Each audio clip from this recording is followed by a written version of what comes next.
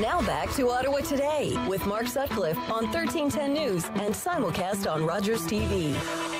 Welcome back to Ottawa Today. Coming up, we will have more coverage of the testimony of former FBI Director James Comey in Washington.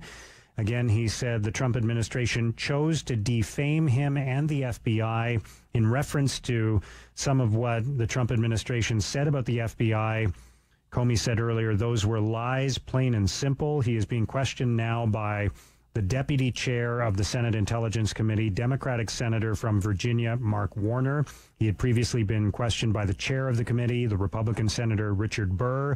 There will be questions from other committee members, of course, over the hours ahead. We'll be monitoring what's going on in Washington, and we'll let you know exactly what happens there. If you've been listening to this show over the last year, you know a little bit about the story of Adam Maier-Clayton, who joined us a couple of times on 1310 News here on Ottawa Today. He was an advocate for assisted dying, particularly for people who were suffering from mental illness, as he was. He described what he was going through. And a few weeks back, Adam Maier-Clayton took his own life. We talked about it at the time and paid tribute to him. He certainly changed the way I thought about this issue, although I am still conflicted and confused about exactly what we should do with regard to people who are suffering from a mental illness and want to choose to take their own lives with the assistance of a doctor at a time when we're legalizing that in this country. We are joined today on Ottawa Today by Adam Maier-Clayton's mother, Margaret Maier. Good morning. Good morning. Thank you for having me. Well, thank you very much for joining us, and I really appreciate you making yourself available. I think you have a very important story to tell, as your son did, and as I told you, I was very impressed with Adam, and a lot of people were, and he made me think a lot about this issue. Yeah, thank you. There's so many different moving parts to this, and I know we don't have that much time, but I did want to just share a little bit about, I think people seem to think that my son really was brought down by mental illness. I mean, there's no question he struggled with anxiety, OCD. However, my son was living with me in Ottawa, and he was going to Algonquin College, and, he was managing, and he ended up going out with a bunch of frat boys one night, and they ended up smoking pot. This is the first time my son has done that. This night, he did it 3 times that night, and I guess he was being egged on by friends, and he really didn't want to do it, and then finally he had a little puff, and then he tried another puff, and then I guess he had 10 hits of a bong. And I'm telling you, my son called me the next day, and my son was permanently changed from that episode. And he has symptoms, for example, depersonalization disorder, where he couldn't handle light, he couldn't handle sensitive noises, sounds. He was a very different person. He came home not confident, really, really, really, really messed up. And it just went from bad to worse. And I'm upset because we went to all the hospitals in Ottawa. And at the Queensway Carleton Hospital, we were informed by a psychiatrist there that they'd been seeing many young adults, my son's age, at the time he was 24 and earlier. They're seeing connections between marijuana use, even first-time marijuana use, and psychosis. Now, the doctors call it psychosis. I call it more brain trauma. My son's brain was traumatized by this event. But this is what really brought my son to his knees. And I don't understand why, 3 years earlier, why are our psychiatrists from hospitals, if this is in fact what they're seeing, do they not have a fiduciary duty or responsibility to us, the taxpayers, are their clients, to inform us so we can at least talk to our kids? I'll tell you one thing. My son was really smart. He was really ambitious. He was working at TD Bank. He really had a lot going for him, and that just destroyed him. And if he had known that this would have exacerbated his symptoms, he would not have smoked it. And we talked about that a lot. And I saw my son just dwindle down to nothing. And then the way he had to die, it was horrible. He was begging to die at the end because he had somatoform disorder. In other words, massive sulfuric acid burning pain. Nobody could deal with it. He went to all these psychiatrists and doctors. So in the end, he had to illegally import a drug from China. He had to do it in a way where we wouldn't know anything about it. He had to sneak off in the middle of the night, and he ended up committing suicide in some motel in Windsor.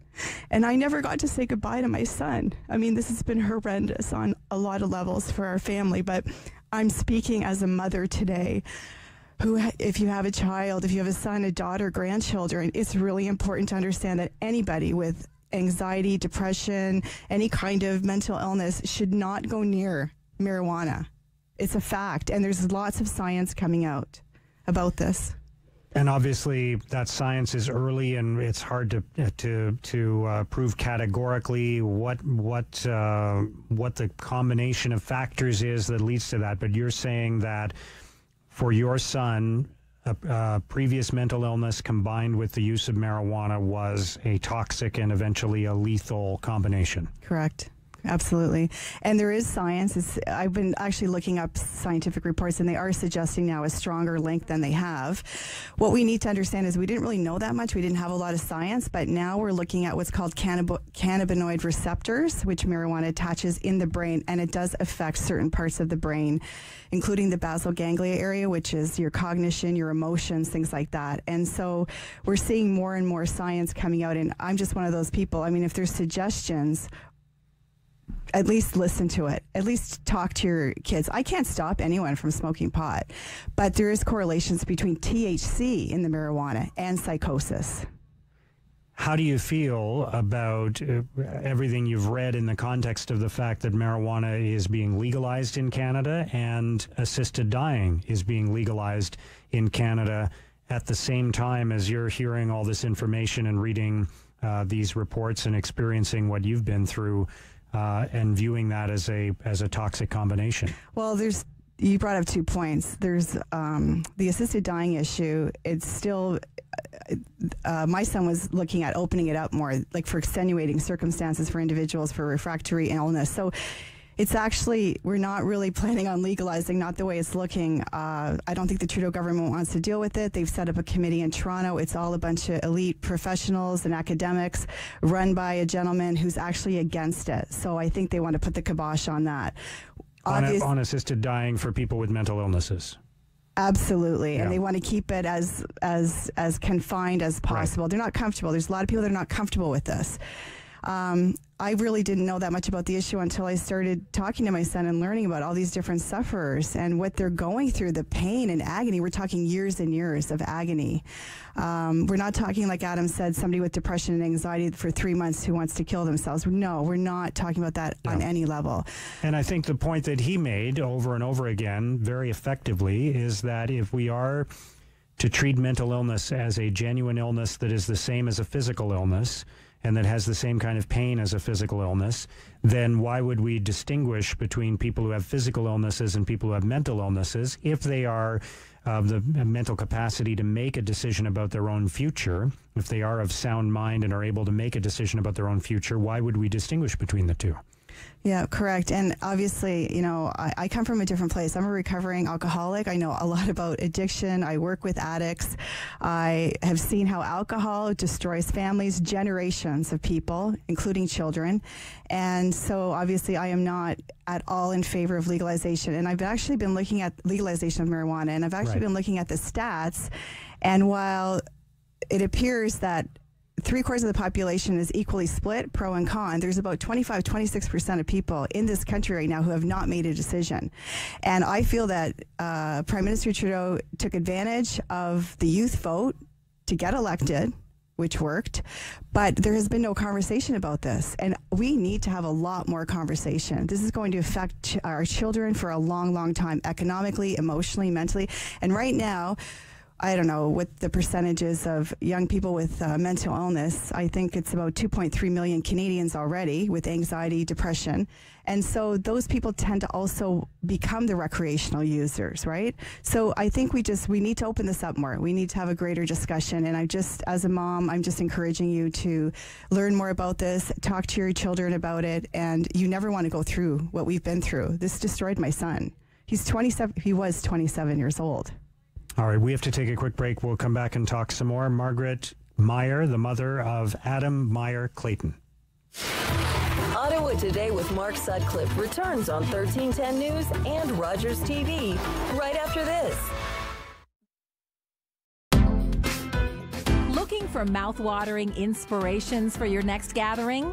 Ottawa's own Margaret Dickinson has what you need. Picture-perfect entertaining on Margaret's Table, Tuesdays at 7. Celebrate Ottawa is a collection of stories for, by, and about the people, places, and rich history that make Ottawa such a vibrant place to call home. Tune in Sunday evenings at 7:30.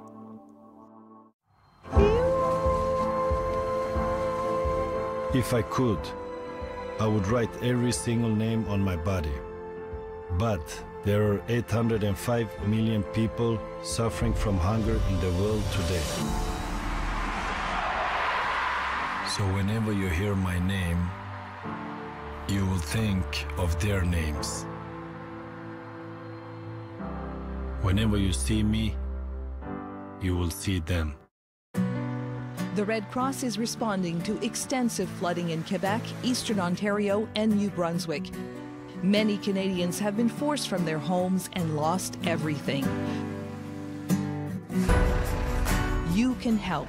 To make a financial donation to the Spring Floods Appeal, visit the Canadian Red Cross website, call 1-800-418-1111, or text FLOODS to 30333 to donate $10. At Rogers TV, community programming means the world to us. Watch Ottawa's Cultural Window, a series of programs devoted to Ottawa's rural communities, events, entertainment, and the latest community news in English and the language of origin. Watch Rogers TV and see the world through Ottawa's Cultural Window, Sundays, 9 a.m.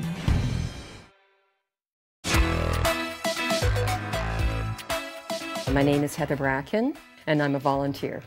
I'm on the senior end, I'll call it, and to be able to work with, 20-somethings and 30-somethings and whatever it's great. I think it helps to keep you young. My opinion, the most important thing is to give back to the community, but I guess because I have so much fun with it, it doesn't feel like giving, it's more like receiving. Hey everyone, it's Carla from Carla in the Kitchen. Join me every week as I give away some of my top secret recipes. These smell so delicious. We'll see you in the kitchen.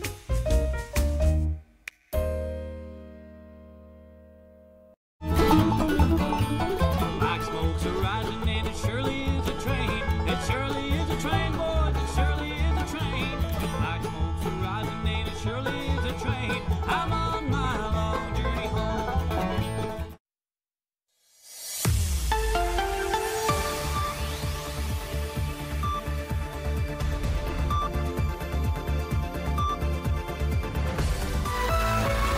Ottawa Today with Mark Sutcliffe returns on 1310 News and simulcast on Rogers TV.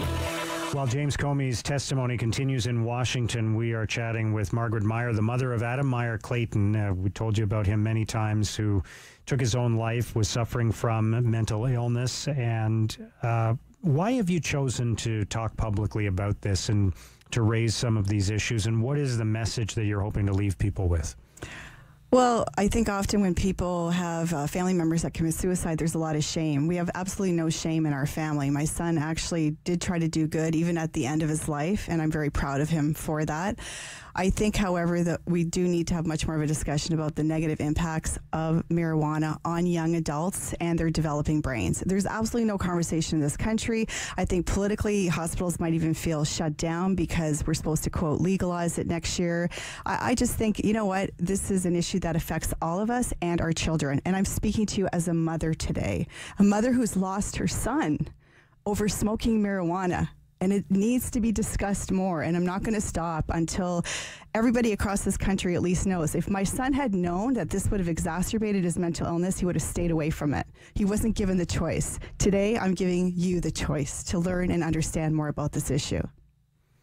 And you're going to write to the Prime Minister about this? I'm writing to the Prime Minister and the Health Minister. I'm requesting meetings with them. And yes, I will continue discussing this. I'd also like in the future to be talking more about alternative treatments.